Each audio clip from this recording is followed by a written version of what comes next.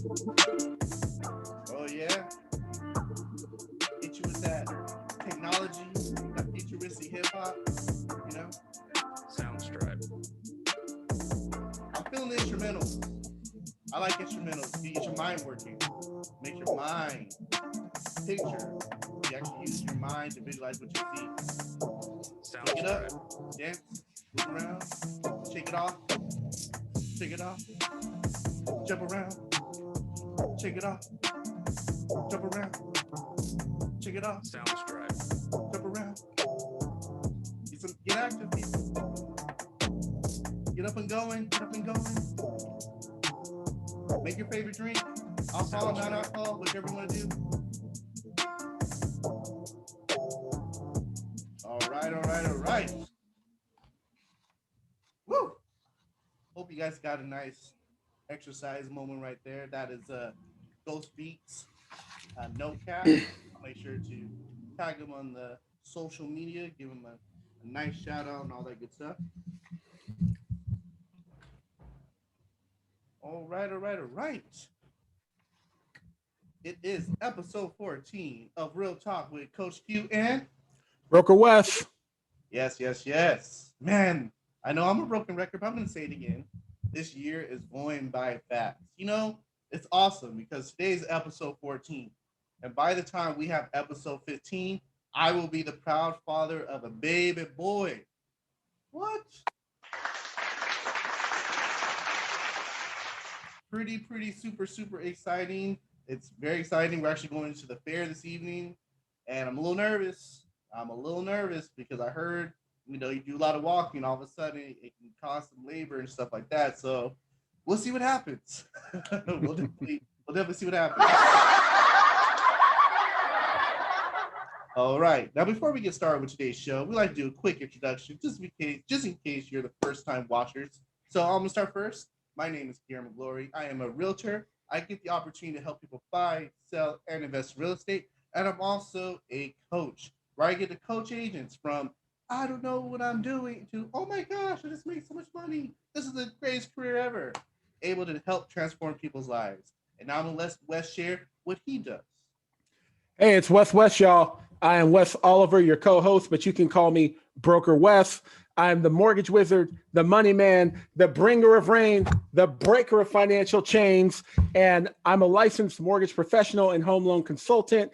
And my passion is really assisting people like you good people who are watching us here today with understanding all things finance when it comes to buying a home and helping you understand the bigger picture of how all that works together with your entire financial goals.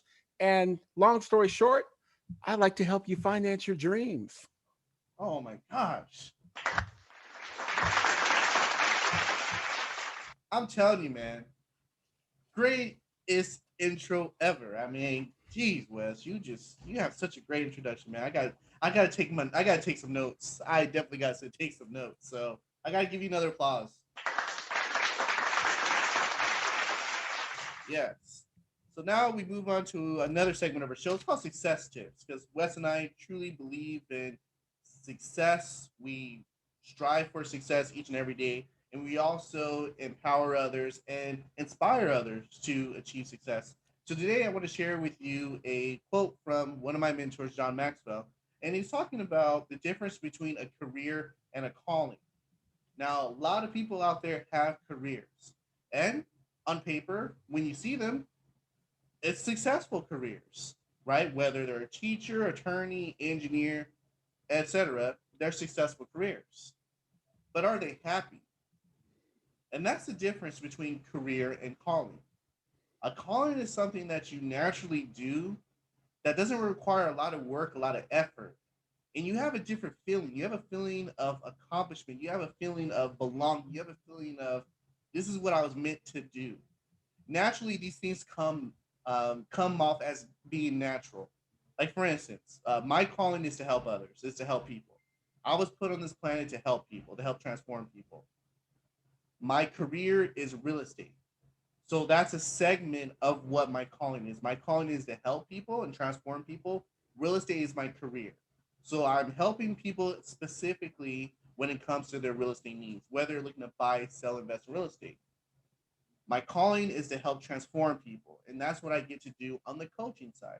I get to help people going from I don't know what I'm doing, I'm not sure if this is the right career choice for me, I've always wanted to be an entrepreneur, to oh my gosh, I can see the light at the end of the tunnel, taking them from W-2 9 to 5 dependent person to CEO, entrepreneur, business owner of their own business, and really becoming the force of their destiny. So for me, I get the luxury of having my career and having my calling and put into it all together. So this message is for you guys and to understand that go after your calling. And if there's a way to make your career and your calling and put them together, that's great. But we only have one life to live. So so definitely take the choice of following your calling. And if you can make that a career, it's always a win-win. Because I know people that have successful careers and a lot of them are really depressed. They're really not happy with what they're doing, but they do it, because they have financial obligations. Right. So you have one life to live. Go out there and really find your calling and do your calling. Because, like I said, at the end of the day, you have one life to live, and the last thing you want to do is look back and feel that you have given up 30+ years of your life to a career that you had no calling for, didn't really motivate you to get up in the morning, didn't excite you sleeping the night before of how you're going to start your day. So truly go out there and find your calling.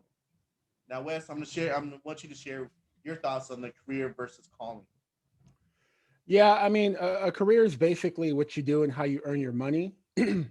But if you have something greater behind it, like passion, it allows you to be fulfilled and it allows you to have purpose with what you do. And I think if you're going to get the most out of a career, the best thing you can do is find something that is also a calling or what you're passionate about.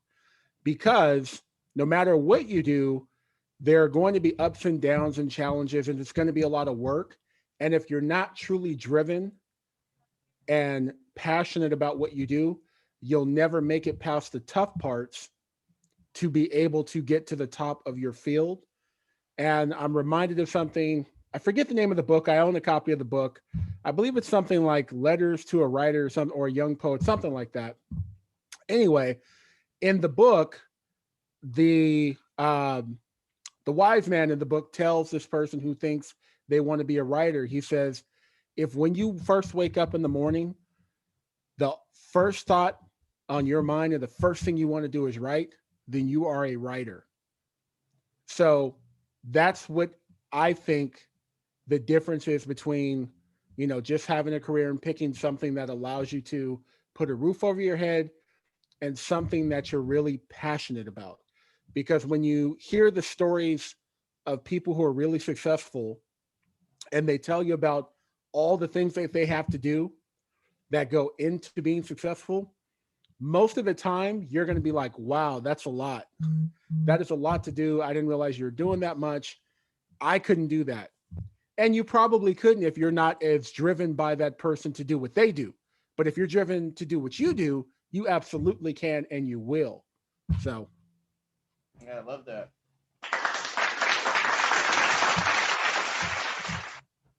All right, now we move on to the main event: resale versus new construction. So, Wes, resale versus new construction. yeah, let's start by explaining to people who are listening what the difference is. So, resale, basically, you are purchasing a home that's already been built, that has been there for quite some time, that just happens to be owned by another homeowner that wants to put their home for sale on the market. New construction is what it says. It's a home that's being newly constructed from the ground up. I mean, they're breaking ground, they haven't built the foundation, nothing. So you're building it from the ground up. Now, depending on your goals, you may decide that you want to buy new construction, or you may decide that you want to buy resale. So I think the best thing we can do is just kind of lay out some of the differences and maybe some of the benefits versus drawbacks from one to the other. Um, some of the things with the new construction that people typically like, they have a huge impact and input on the structure of the home to a certain degree, because you usually have a few different models that are available in the development. So you get to decide, which layout works best for you and your family. You get to have an active input on things like the color of the walls and what type of flooring and what color the carpet's going to be and what the countertops look like and what the cabinets look like, all of that. Number three, you get a brand new home. So you actually get to experience that new home smell. No one else has lived there before you, and it's yours. So those are the things that people like about buying a new home. And consequently, I'll say this as well. Frequently, you'll find that it's, less competitive to buy a new home. Sometimes you do end up having to compete in a lottery or something like that, but it's not as bad as someone is putting their home on the market in a particular neighborhood and there's like 50 offers on it. So you also have that. So that is also a popular reason that someone might want to consider new construction. Now, some of the things that you may like more about buying a resale home, number one, as with the new construction, they're all about getting things done quickly. And so sometimes the construction of the home may not be the best thing as far as like how they put it together, because there are time considerations and cost considerations. So I'll give you a perfect example. I'm remodeling my home right now. Now, my home was a resale home when I bought it, but eventually, or initially, it was a new construction. It was a new development, and whoever owned it before me had never put any work in.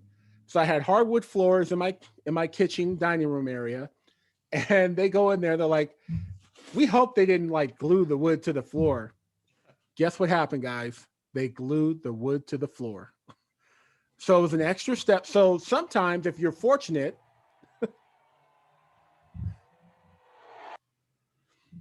yeah. So sometimes what happens is if you're fortunate and you have a home where the homeowner has owned it long enough and they put work into it, you might actually end up with a better quality product because, like I said, the builder has timetables and everything else that they have to consider and budgets, where someone who owns the home just gets what they like. And usually, if it's a home that you live in and you love, you're going to you're not going to spare any expense. You're going to give yourself the best that you can for that possible home. Also, with a resale home, your tax rate is probably going to be lower. One of the things that comes along with new construction is you get Melrose and special assessments along with it. So whereas a resale home might have a tax rate of, let's say, 1.25%, the new construction homes usually are 2% or higher. Yes. And I've only seen one development so far where that wasn't the case. Um, Lastly, the resale homes are probably going to have more flexibility on areas because, as my friend used to joke with me, God is not making any more land, and short of Lex Luthor, and Superman Returns, there's not going to be any more land. So the new construction, there are only so many areas they can put it because they have to find land or go buy it, develop it, all that good stuff. So you'll have more flexibility and opportunities on where you're going to live, exactly where that home is going to be located if it's a resale home. So, like I said, there are great advantages to both of them. It just really depends on what your goals are and what's most important to you. I like that. Yeah, that was definitely a great explanation of the resale versus the new construction market, right? And Yep. obviously, in this current market that we're dealing with, even new home constructions are getting hit with multiple offers. And Yeah. particularly, I have a client that was looking at a new home construction community, and within 6 months, the home prices went up almost $200,000 from when this client initially started looking at the properties till then they started actually building Right. them up and they started going further stages. So when you're looking at new home construction and you really want to move forward on it, you should if it's always to your advantage to buy earlier in the stage, because we know as the homes start to build up and as they start to add different phases to it, more phases, the homes typically start to go up more. Now, they typically don't go up almost $200,000 more, but in this type of situation, they did. They went from like low 600s to mid 600s up to 850 plus, right? So, and that's not typical, but the thing is, we usually definitely see an increase. So you definitely want to make sure that you are watching out for that. So, resale versus new home construction, that's definitely something that you want to watch out for. And I forgot a couple things too, Kier, real quick. So since you brought up how the new properties that are being built are going up in value, one of the troubles you have with a new construction property sometimes is when you're going to refinance, it's hard to find, they may not appreciate in value as much. And I'll tell you why. Because those homes are very specific. There's not a lot of homes like those in the area, and you don't have a lot of resales going on because it's a new construction property. So it makes it harder for the appraiser to find properties that kind of fit the description, because those are new construction properties. I've actually had clients where I went to refinance them after I helped them buy it, and the property value actually went down a little bit. So that's number one. And then lastly, another great point is the timetable. Usually, if you buy a resale home, you're going to close escrow within 30 to 45 days.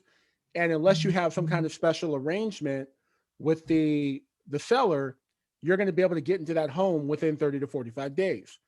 The new construction, usually you're looking at a timetable of 4 to 5 to 6 months. Sometimes you experience delays and things like that. So also something to consider.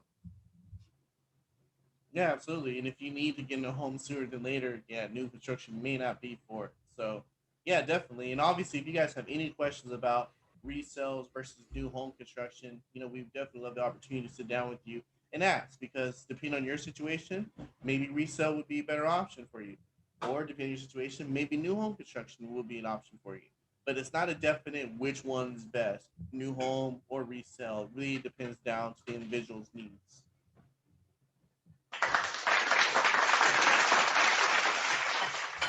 Okay, great. So we want to move on to hot topics. Hot topics.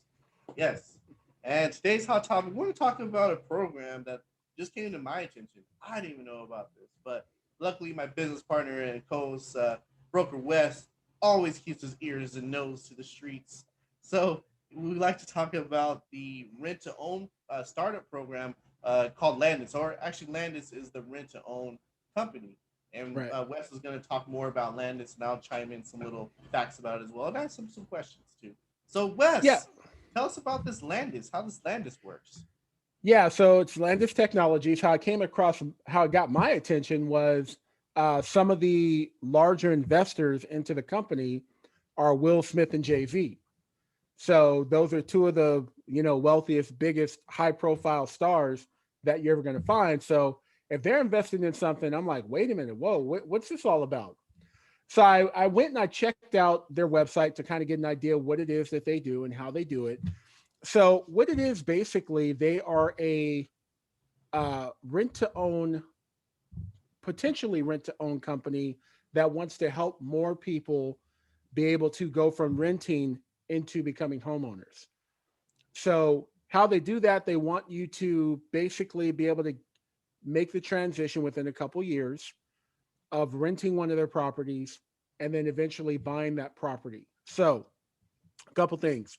First and foremost, you find the home and they buy it and then they rent it back to you. So So let's go that's back for a second. So when you mean find the home, yeah. So you find a home that you're interested in. Well, first off, you do the application process. Once that's approved, then you find the home that you're interested in, that you want to buy, and they buy the home for you and then they rent it to you. wow, Right. okay, Yeah. So that's step one. Now, you can buy it back at a predetermined price up to 2 years after that. If you're still not ready to buy 2 years from now, then they can either give you more time or they can sell the home if it makes more sense for them, just depending. So they set the rent for you, and they only set the rent at the carrying cost of the home. And part of what you pay in rent every month goes uh, toward a down payment fund that they're ultimately going to use for closing costs when you eventually buy the home. If for some reason you don't end up buying the home and you move on, then they refund your cost or refund those monies to you minus the cost to sell the home. So that's how that works out. Now they also provide coaching from different advisors and whatnot on, if you need help with coming up with your down payment and saving for it, if you need help getting your credit in order, they provide professionals who are going to help you do that and kind of guide the way for you. Currently, they're only operating in, I believe, like 10 or 11 states. So currently, they're operating in Alabama, Georgia. I'm sorry. Go ahead. Sorry. Yeah, I'm getting excited, man. That sounds like a really cool program. So California, let's see who goes down the list. Let's see.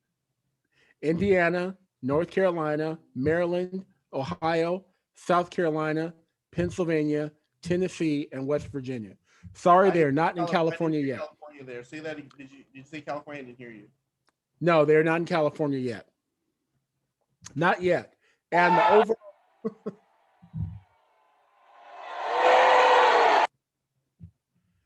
Yeah, and the overall goal for the company, they want to convert at least 80% of the renters into homeowners, which is far above average for the current rent-to-own market.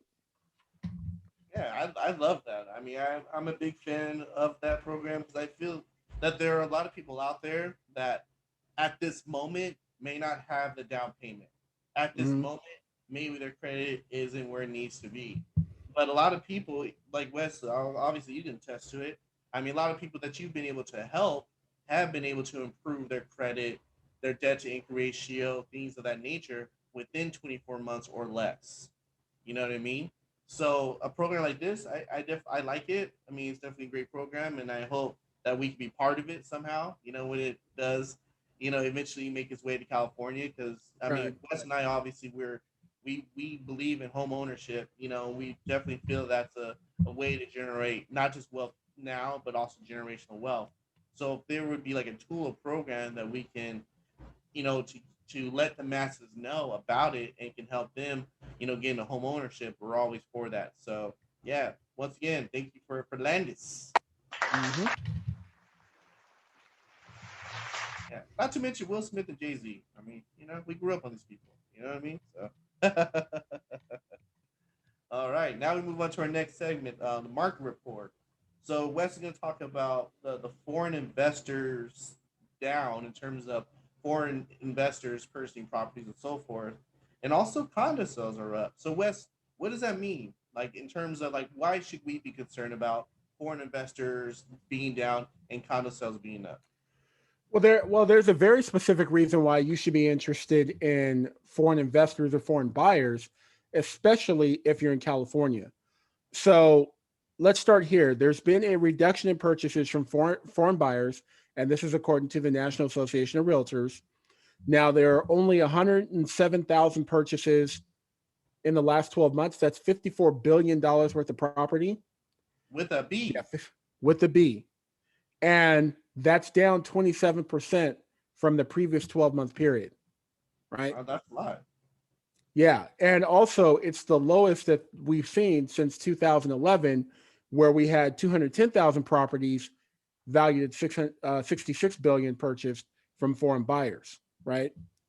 So part of the reason that they feel like the number has gone down over the last 12 months is because the travel restrictions and lockdown from the pandemic, which obviously makes a lot of sense.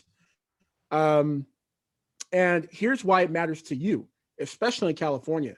Think about this, guys. That means there's 27% less people that are competing with you to buy the home that you want to buy, right? And why I say it affects you specifically in California, here are the three major states where foreign buyers buy the most. So number one is Florida with 21%. Number two, California with 16%. Mm. Okay. So 16% of the foreign buyers are going to buy in California. And then lastly is Texas at 9%. So if there are less of these buyers in the market, then the market is going to be better or more or less competitive for you if you're trying to buy a home. And I remember one of the things I used to hear from people all the time, within the last 10 years, specifically after the crash of 2008, was, man, there's all these different foreigners coming here buying all the properties, and corporations in China and things like that buying all these properties. By the way, China and Canada, that's where the largest number of foreign buyers come from in this country. So it's just going to be easier for you and less competition. Because imagine, we're already hearing a lot of people complain about how competitive it is right now, right? So imagine if those people were still back in the market and added to what we got going on right now. Yeah, it'd be crazy. Absolutely. Yeah. So there's that. I don't know if you have any thoughts on that, Kier, as far as the foreign buyers. Well, no, I mean, for me, I mean, definitely being, out there being a buyer, it's definitely, you should look at it as a sign of relief. I mean, you're dealing with less competition, and Yeah.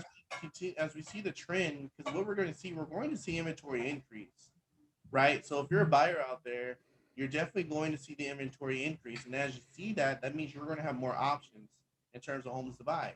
And if you're dealing with less foreign investors, that's even less competition. So as a buyer, you should definitely be excited with this news.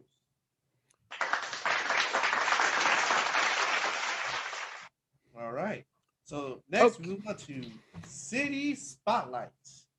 Yes, the Oh, no, we city. didn't finish the condos yet. We Oh, got to go over the condos. my apologies. Yes.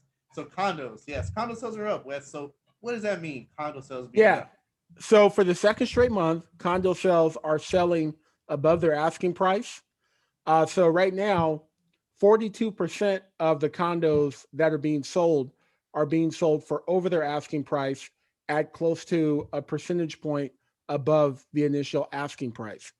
So the average right now of a condo is 304,000. We all know that's a lot more here.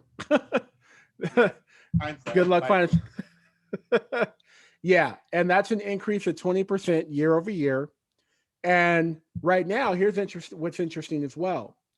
They're also getting snatched up within 22 days of going under contract. Wow. Okay. Yeah. Now, why that's important is one of the causes of this is that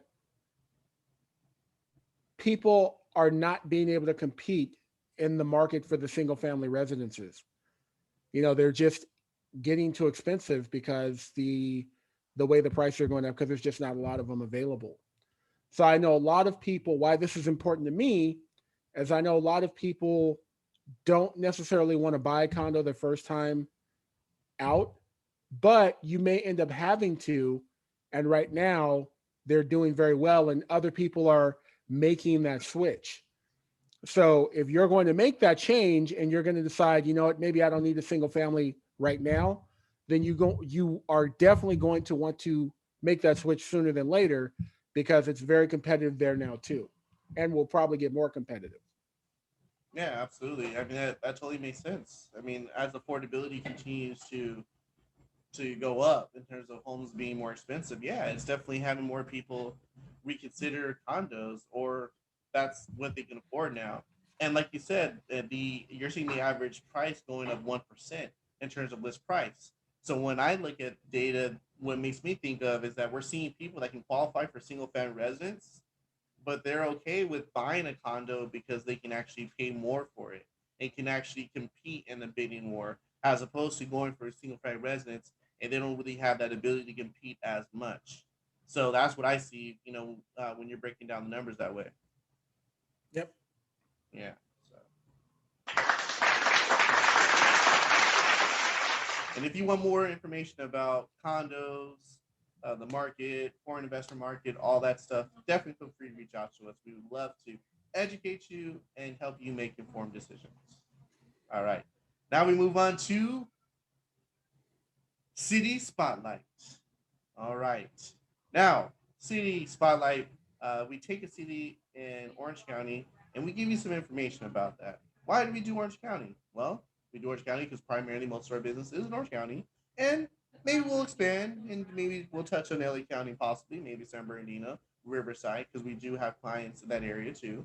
So we take the opportunity to do this just to let our audience know that, hey, we can help you in other cities. And also gives us an opportunity to demonstrate our expertise when it comes to the market, when it comes to different cities, when it comes to different statistics, things of that nature. So today's city, we're going to talk about the city of Huntington Beach.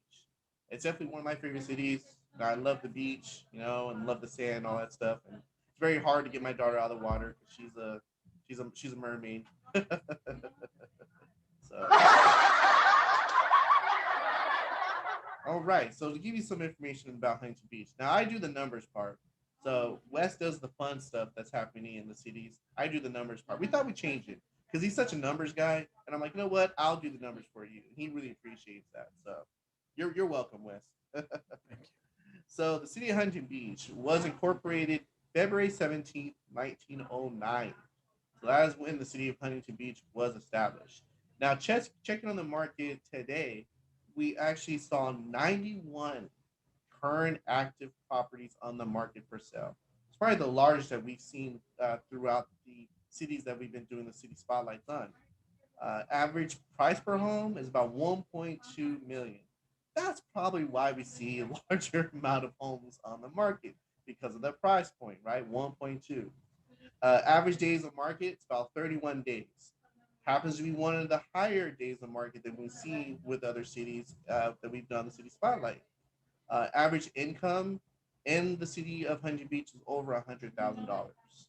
So, if you have any questions about more about the market of Huntington Beach, what homes are going for, all those things, definitely feel free to reach out to us. Now, I'm gonna let Wes share some fun things you can do in the city of Huntington Beach. All right, so let's start here. We all know HB by its nickname, Surf City, USA. Yes, absolutely. So, yeah, so we start here. They have the U.S. Open of Surfing there every year. They also have the AVP Pro. They have AVP Pro Beach Volleyball events, which are one of my favorite events in the Olympics. Right. They also have Huck Finn Fishing Derby, where they bring the kids, bring their poles, and they fish off the pier. They have the Taste of Huntington Beach, which you get to sample and taste a bunch of food from the different restaurants in Huntington Beach, which I love seafood, so that sounds like a lot of fun. They have a beach cruiser meet. So you meet up with a bunch of other people who are on beach cruisers. And I think Huntington Beach is also the capital, the unofficial capital of beach cruisers, because and rollerblades. Oh yeah, absolutely. You see a lot of those there. Absolutely. Yeah, they have the NPPL paintball tournament that they host there. They have the Surf City USA Marathon. They also have an air show. They also have the Concours de Elegance, which is the most important sounding car show I've ever heard. It sounded really fancy when you said it. So yes, Yeah, I agree. I could. they have they have Surfing Sundays where they shut down the Main Street area, which is an area I love, where they have concerts, Pier Plaza events, and a farmers market. They have the annual Pier Swim. They also have a Fourth of July celebration with fireworks and parades. They have Surf City Nights. They have an equestrian center, sports complex, art center, community center, and if your kids go to school there, they'll be part of the Huntington Beach Union High School, which has high schools also obviously located in Huntington Beach, but some in Westminster and Fountain Valley as well.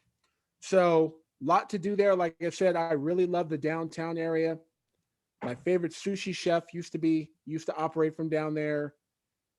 I used to go watch Laker games at the Black Bull Chop House, which is really cool. And used to go for margaritas at Fred's. I was down there a lot, y'all. I Yeah, was down there a lot. yeah. And one of my good friends, he's in a country band. and he plays regularly at the Old Crow down in Huntington Beach. Wow, that's awesome, man. So Wes definitely is the guy to know in Huntington Beach.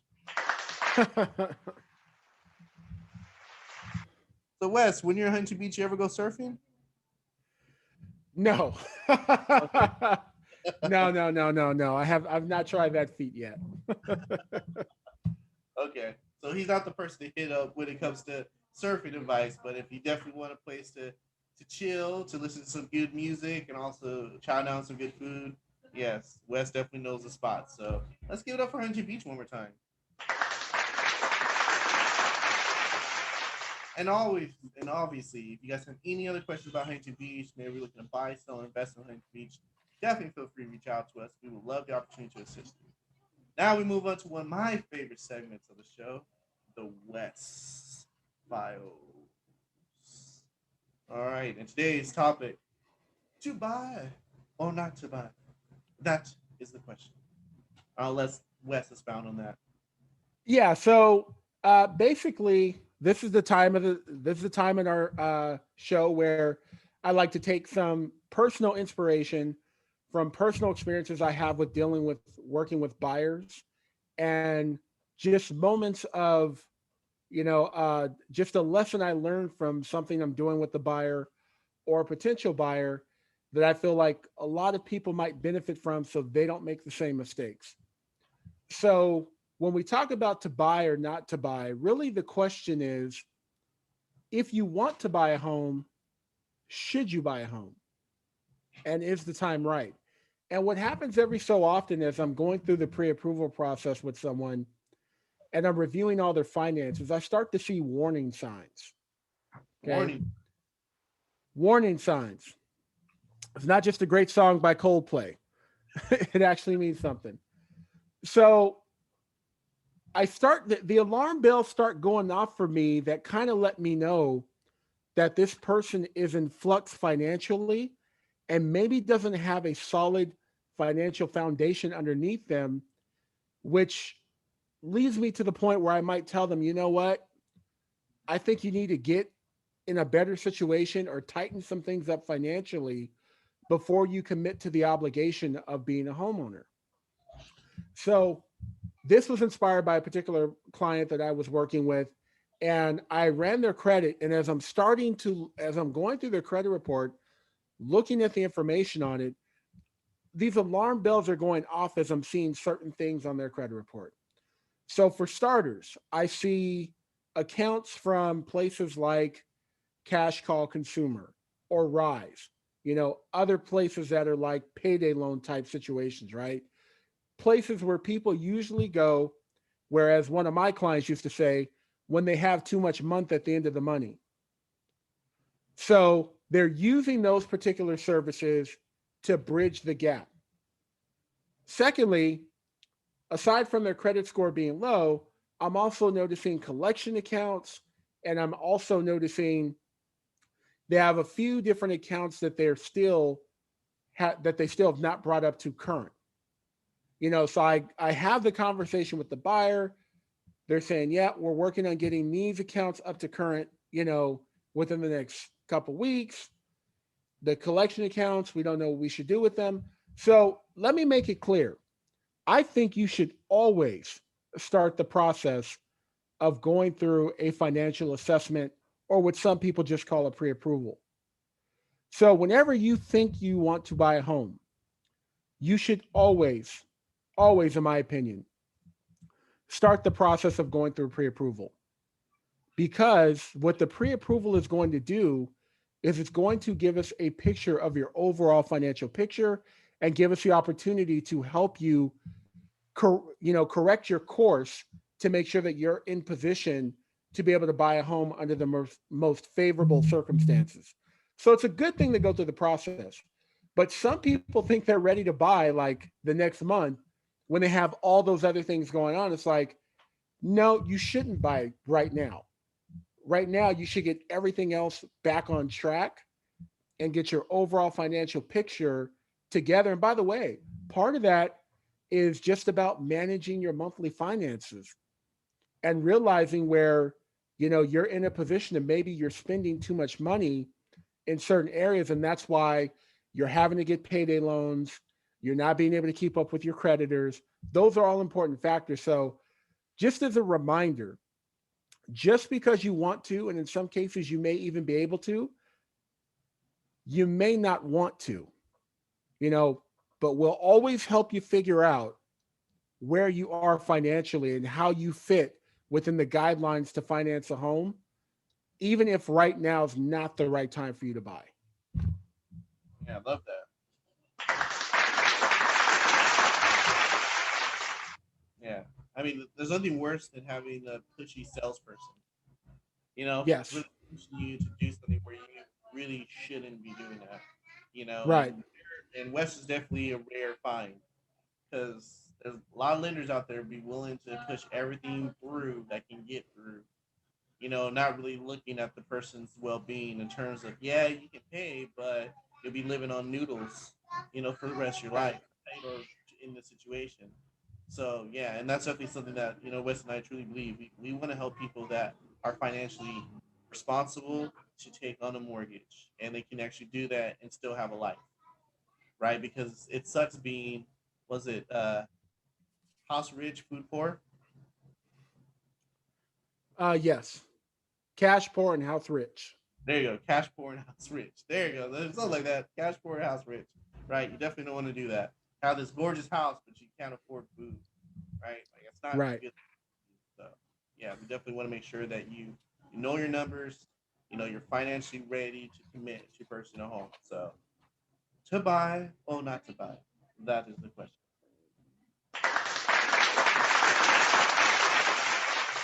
All right, now we move on to our next segment, in the news, not in the nude, in the news, NEWS, right? News. Yes, in the news, a different show. That's adult show. Anyway, so in the news. So we'll start at the top. We will start at the top. So, you've been living on a rock. Probably haven't been living on a rock. If you have any type of social media, you probably heard the GOAT, greatest of all time when it comes to gymnastics. Simone Biles, has decided to withdraw herself from Olympic competition due to her mental health. So before I tell you my opinion, I'm gonna let Wes share his opinion and also some facts that he learned from this situation. So Wes, what'd you learn from the situation as well as your opinion? Well, first thing I learned is there's quite a few people out there who are unqualified to even comment on it that are really petty. I've heard things from she's cowardly to she's embarrassing America, she's disrespecting America, all kinds of stuff. All from non-athletes, mind you. From people who couldn't land rolling out of bed properly.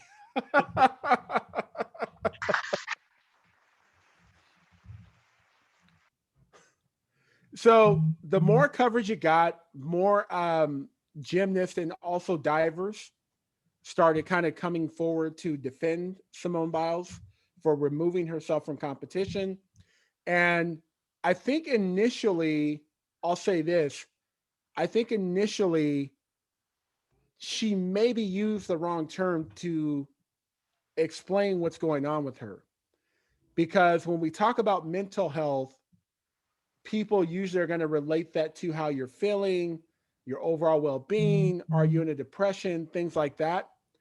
But as I got to hear more about it from other athletes who have experienced it, really what it comes down to is in, when you see the crazy things she does, all the flips and twirls and everything else, she's not just like focusing her eyes and deciding when to land and where to land.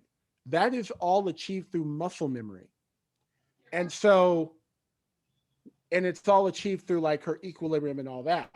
So for whatever reason, and this happens to other people in those sports, there's a disconnect for her right now. And so, like I saw when she was doing her floor routine, she she did one of her tucks, twirls, whatever you want to call it, and landed well off the floor. Then when she did her vault, she's supposed to do like a 2.5 twist turn. She only did 1.5. And what happened was the muscle memory is not connecting with what she's doing with her body. And that's the challenge. So it's not a mental health issue as far as like I'm not feeling well or, I'm depressed. It's more so my muscle memory and what's going on in my head with my body is not connecting. And apparently it's something that happens. Yesterday I saw her that she was practicing and she went on the bars and she did the flip off the bars, the uneven bars, and landed straight on her back. So that's beyond just like I'm not feeling good. Because that was the first thing everybody who critiqued her said was I'm not feeling good. And that's, basically quitting, but it's completely different. And the stakes are higher for someone who does what she does, because they say golfers get the same thing. They call it the yips. When a golfer just can't find the fairway, or his putter just is off base or whatever, however you want to call it, things are not connecting with what they do to their body and their muscle memory. But in golf, if you miss a swing, you don't break your neck.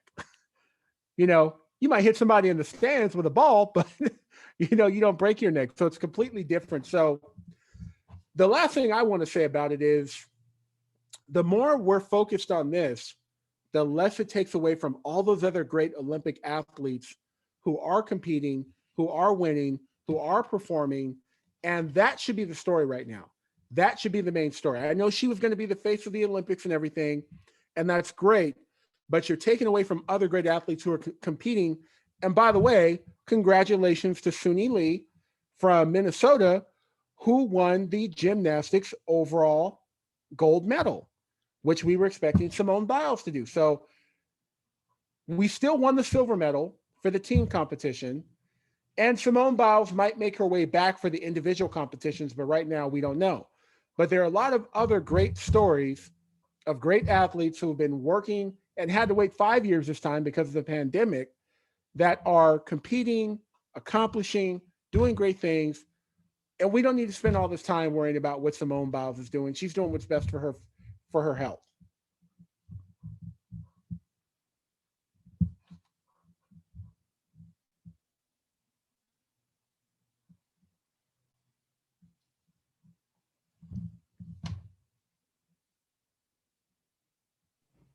Yes. There we go. Yes. Yeah, I can say that better for myself. I mean, Wes, you hit on all the points, and really at the end of the day, she has to do what's best for her. I mean, what about the news headline?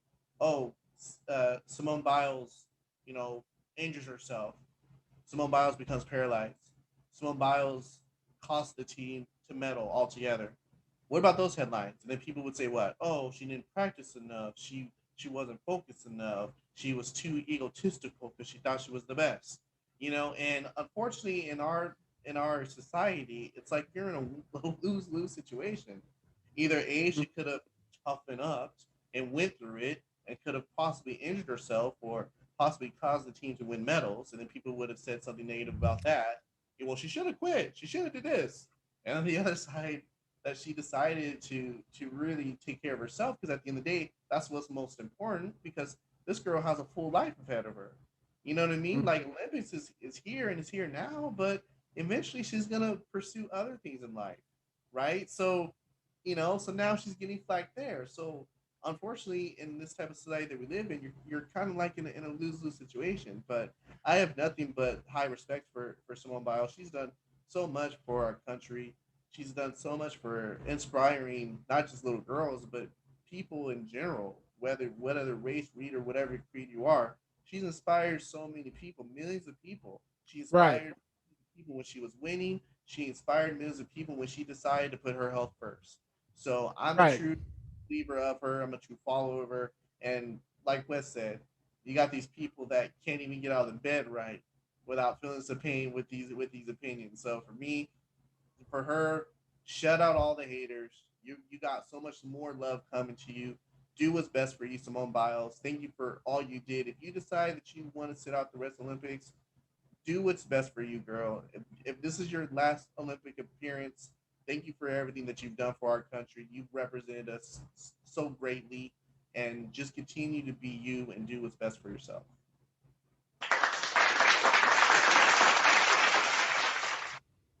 All right. Now we move on to uh, news with President Biden getting half the infrastructure agreed to. So I'll let Wes talk a little more about that. Yeah, so basically, they had a small victory, and that's what you got to take. Small victories, get them where you can, especially in politics. So they were able to pass. They had 67 vote yes. So for those keeping score at home, that means they got at least 17 Republicans to vote on this, including Mitch McConnell. And so right now they voted to take up to $1 trillion for infrastructure. And long story short, on a bill for basically public works. So they're still going to try to pass a $3.5 million package. And of course, this bill that passed the other day eventually has to make its way to the House. But they're making strides. And like we've already had this conversation weeks ago on our show, all the benefits that this could create for everyone, for the employment market, for homeowners, for home values, all kinds of stuff. So it's good that they're making progress. And like I said, in this political climate, take your bipartisan victories where you can find them. Absolutely, absolutely. Can you feel it? Can you feel it? Surprise! Can you feel it?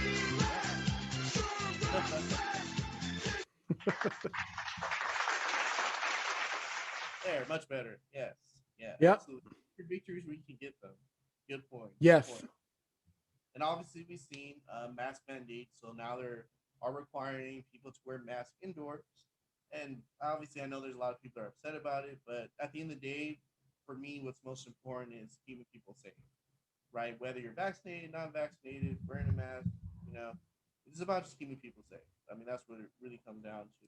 So, Wes, do you want to talk any more about the mask mandate? Yeah, so right now there's only 3 counties in California that have mandated wearing masks indoors, only indoors. There's only 3 counties. Right now it's basically Sacramento County, LA County, and Yolo County. How cool is that name? YOLO. I'm from YOLO, man. Yeah, so and this is all in reaction to the Delta variant, which they're finding more and more about every day. And at this point, this is some breaking news this morning that I heard. It's actually as contagious, even if you're vaccinated, as the chicken pox. So the reestablishing the indoor mask mandate is all about the new strain, and obviously we don't want to have to go backwards, to where we came from, right? And I was just in Vegas last week, where there are no mask mandates, and plenty of people were taking advantage of that. So you just have to remember that, in order for us to continue to make progress, we have to do the best we can to make sure we don't lose ground. Because as much as people might hate having to wear a mask indoors, only indoors, just remember where we were a year ago. So I would keep that in mind. And again, like you made the point you made, Kier, it's all about in the name of safety and health, for everybody as a whole. Yeah, absolutely. Yes. We have a surprise. We have some surprise news. We have breaking news. I know what you're gonna say. I'm not that excited about it, but I'll let you say it. Okay. So it came down the wire last night that the Russell Westbrook is going to be a Laker.